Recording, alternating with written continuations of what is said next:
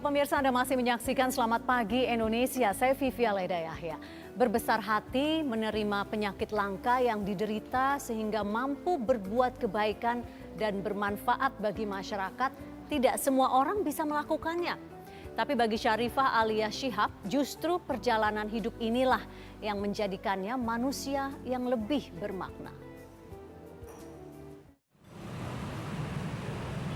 Berbagi hidup dengan penyakit lupus bukanlah hal yang mudah.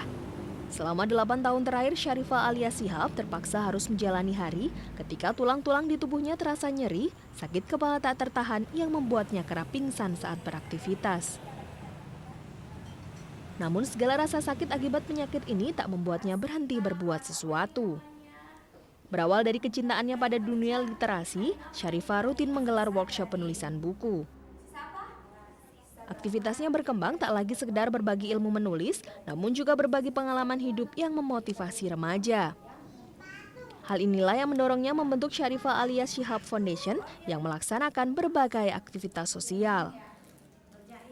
Konsistensi Syarifah dalam berbagi dengan para remaja membuahkan penghargaan dari United Nations Development Program kawasan Asia Pasifik pada tahun 2014 silam.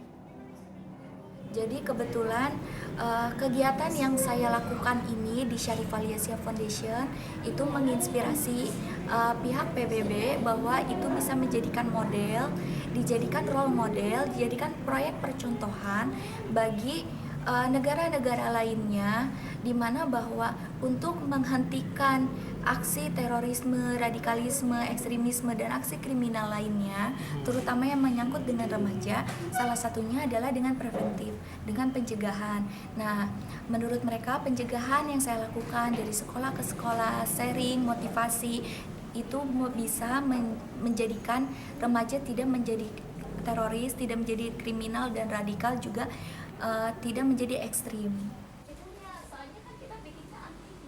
Kini Syarifah tengah mewujudkan mimpinya yang lain, membangun rumah bakat di seluruh Indonesia agar remaja-remaja Indonesia dapat mandiri dan berdaya.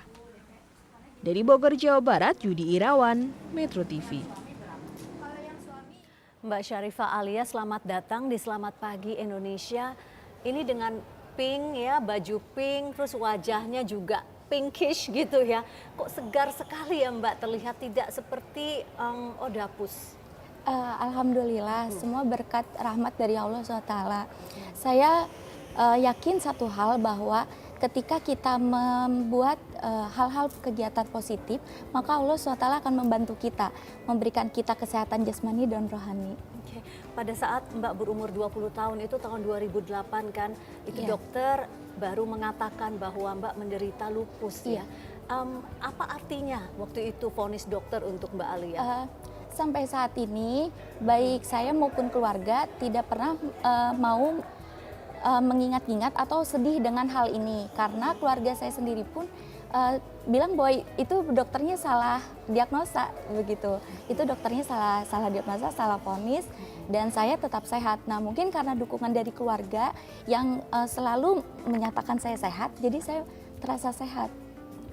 Alhamdulillah terasa sehat, terlihat sehat ya, dan kegiatannya segudang ya Mbak ya.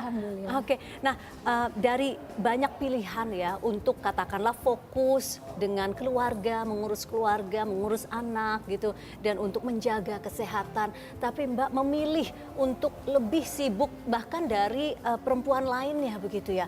Apa yang Mbak dapatkan ya pada saat katakanlah memberikan pelatihan kepada anak-anak muda, memberikan mereka kesempatan, apa ya kepuasan yang Mbak Alia dapatkan justru? Ya, sebenarnya itu dikembalikan kepada niat kita masing-masing.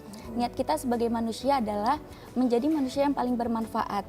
Bermanfaat untuk diri kita, untuk keluarga, untuk bangsa, negara, dan umat di dunia ini. Nah, karena niat saya menjadi manusia yang bermanfaat, saya sejak keluar dari pesantren pada tahun 2006, saya berpegang teguh pada satu hadis, silaturahmi tajudul fil umri. Silaturahmi membawa berkah dalam umur juga rezeki. Nah, oleh karena itu saya berusaha untuk memperbanyak silaturahmi, memperbanyak bertemu dengan orang lain, sehingga saya membuat komunitas hijab, komunitas menulis, dan itu suatu semangat tersendiri untuk saya agar menjadi manusia yang bermanfaat. Itu yang selalu membuat ketika capek, ketika sakit, ketika malas, saya selalu teringat bahwa oh ya kita harus jadi manusia bermanfaat, sehingga menjadi semangat lagi. Ya Mbak Alia, mohon maaf ya, walaupun saya tahu Mbak Alia tidak mau fokus pada penyakit lupusnya, tapi ingin sekedar memberikan pemirsa gambaran ya, maksudnya pada saat Mbak punya penyakit lupus ini kan Mbak merasakan sakit yang luar biasa ya pada saat-saat tertentu. Boleh sedikit diberikan gambaran Mbak, beratnya seperti apa? Lupus itu adalah salah satu penyakit yang memang saat ini belum ada obatnya. Dan lupus itu memang kebanyakan diderita oleh para wanita. Dan bukan penyakit turunan juga bukan penyakit menular. Lupus yang saya rasakan adalah lupus otot. Jadi hampir setiap hari saya harus dipijat. Seperti itu. Karena tubuh itu seperti diremukkan gitu ya. Tubuh kita tuh jika lupusnya kambuh, tubuh kita seperti diremukkan dan rasa ngilunya tuh sakitnya tuh teramat sakit. Jadi tidak mempan dengan hanya obat penghilang rasa sakit. Seperti itu. Dan yang saya rasakan adalah saya tiap hari harus dipijat. Tiap hari harus dipijat dan konsumsi pola makanannya masih normal. Hanya saja saya tidak bisa mengkonsumsi obat-obatan yang sebagaimana para odapus minum. Kenapa Mbak tidak bisa minum obat penghilang rasa sakit? Subhanallah ya, entah mengapa jika odapus lain obat-obatnya biasanya obat-obat anti kanker, obat-obat obat-obat lupus ya, yang untuk bukan menghilangkan tetapi setidaknya mengurangi rasa sakit. Jadi obat ketika masuk ke dalam tubuh saya pada tahun 2007 itu, ketika dokter meresepkan obat, saya berusaha untuk minum, tapi ternyata bukan malah sehat. Yang ada saya nggak bisa bangun dari tempat tidur. Yang ada malah tambah capek, tambah ngilunya terasa, dan tidak ada tenaga gitu. Nah, dan muntah. pada saat merasakan berbagai ketidaknyamanan termasuk nyeri tulang yang luar biasa, kenapa masih teringat dengan anak-anak remaja di pelosok daerah, Mbak? Kenapa? Kenapa masih ada di benak Mbak Alia untuk membantu mereka? Kita sebagai manusia, jika kita sudah meninggal, semua amal kita terputus kecuali 3 hal. 1, amal jariah. 2, ilmu yang bermanfaat. Dan 3, anak yang soleh. Pada saat 2007 saya belum nikah, belum punya anak. Amal jariah, harta pun tidak banyak gitu kan.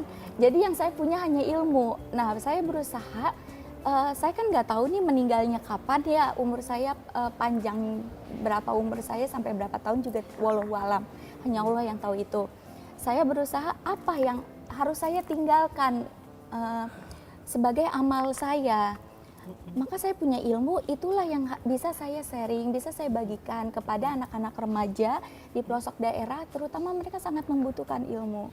Karena kita sebagai orang-orang yang diberikan ilmu pengetahuan oleh Allah, diberikan kecerdasan oleh Allah Ta'ala, kita mempunyai tanggung jawab untuk menyebarkan ilmu tersebut. Jika kita tidak mau menyebarkan ilmu tersebut, maka kita juga berdosa. Oke, Mbak Alia, Anda ini fokus pada pengembangan bakat, talenta anak-anak muda ya. Jadi fokusnya pada anak-anak muda. Nah, ini bagaimana Mbak memberikan mereka semangat ya untuk mereka agar lebih termotivasi untuk punya pekerjaan yang lebih dari sekedar katakanlah tadi mungkin buruh dan sebagainya gitu. Yang pertama, kita harus sadarkan kepada mereka bahwa kamu bukan anak orang kaya. Itu Mbak. Banyak dari anak-anak tersebut malas karena mereka merasa bahwa mereka punya ayah, punya ibu. Padahal sebenarnya ayah dan ibunya juga tidak kaya, bahkan penghasilan di bawah Rp50.000 per hari. Ini rata-rata anak-anak yang Mbak rangkul dengan latar belakang demikian ya? Iya, penghasilan orang tuanya di bawah Rp50.000 per hari. Entah petani, entah tukang becak, ojek, dan dagang asongan itu ya. Nah, jadi bagi saya, mereka harus sadar dulu bahwa mereka bukan orang kaya. Mereka harus kasihan dengan orang tua. Orang tua sudah membesarkan mereka. Apakah mereka mau menambah beban orang tua dengan segala macam kenakalan-kenakalan yang mereka buat? Dan kemudian Mbak kasih pelatihan. Tadi kalau saya lihat di video sebelumnya adalah banyak yang menjahit, membuat baju begitu ya Mbak. Tapi saya yakin bukan itu saja kan ya. Apalagi Mbak, pelatihan seperti apa yang Mbak Alia berikan? Saat ini di tahun 2016 kami mempunyai rumah bakat. Rumah bakat kami ini saat ini ada di 2 kota, di Bogor dan Cianjur. Di mana rumah bakat kami ini adalah suatu program untuk mengasah keterampilan para remaja juga para wanita, terutama di kawasan-kawasan yang di daerah terpencil. Juga mereka secara ekonominya juga bukan orang yang kaya ya. Nah, di Rumah Bakat ini kami membuka kelas setiap harinya. Ada kelas menjahit, kelas menyulam, kelas membuat aksesoris, kelas membuat makanan, sampai kelas tata rias dan tata rambut. Nah, itu seperti sepertinya profesi yang mungkin lebih difavoritkan oleh perempuan. Tapi Iya. Mbak tidak hanya merangkul remaja perempuan, Iya. tapi laki-laki pun Iya, juga ya. Iya, karena juga ada kelas desain juga, desain Oke. grafisnya seperti itu. Jadi kelas-kelas yang berhubungan dengan talenta, bakat, kecerdasan anak-anak tersebut. Jadi mereka bisa masuk ke kelas yang mana saja, unlimited, gratis. Gratis ya. Gratis. Dan Setelah- ini berarti biayanya dari mana Mbak? Kalau mereka saja mau sekolah di situ gratis? dari Pinky Hijab. Oke, Jadi dari dari usaha jualan lainnya baju ya? di Pinky Hijab, jualan aksesoris dan lain sebagainya.